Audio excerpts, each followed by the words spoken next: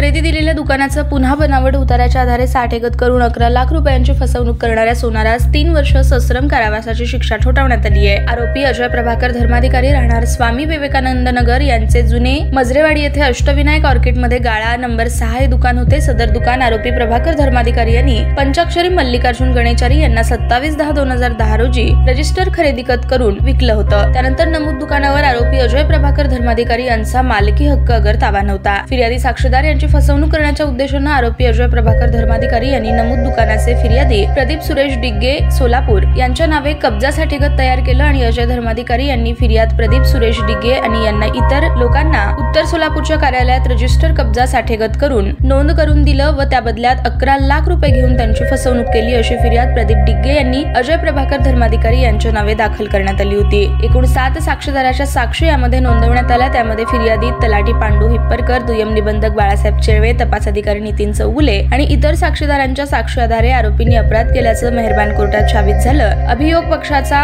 युक्तिवाद व पुरावा ग्राह्य धरून मुख्य न्यायदंडाधिकारी विक्रमसिंह भंडारी यांनी आरोपी अजय धर्माधिकारी यास 3 वर्षाच्या सश्रम कारावासाची शिक्षा व द्रव्यदंडाची शिक्षा दिली आहे। यामध्ये अभियोग पक्षातर्फे श्री अमर डोके सहाय्यक अधिकारी अभियोक्ता यांनी काम पाहिलं, तसेच त्यांना कोर्ट पैरवी म्हणून दत्ता जाधव व ज्योती बेटकर यांनी मदत केली। ताज्या बातम्या पाहण्यासाठी प्राईम महाराष्ट्र न्यूज चॅनलला सबस्क्राईब करा।